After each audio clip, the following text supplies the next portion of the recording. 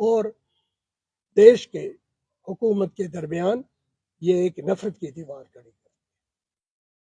میں آپ کا شکر گزار ہوں. اگر آپ کا کوئی سوال ہو تو میں جواب. Sheikh Saab, unofficially, government نے بتایا ہے کہ there are those voters who have attained the eligible age of 18 after 2019. So how do you see this statement, and what made CO to make such a big statement when there are certain apprehensions that they will go for 18 ہے votes? Through out the country ہے. یہ 18 وہ جموں کشمیر میں نہیں، ہر جگہ ہے. What made him issue this statement is for Government of India to institute an inquiry. میرا یہ گیس ہے کہ یا وہ اس کا کوئی پرابلم ہے یا اس کی کوئی پرابلم ہے، تھنکنگ کی پرابلم.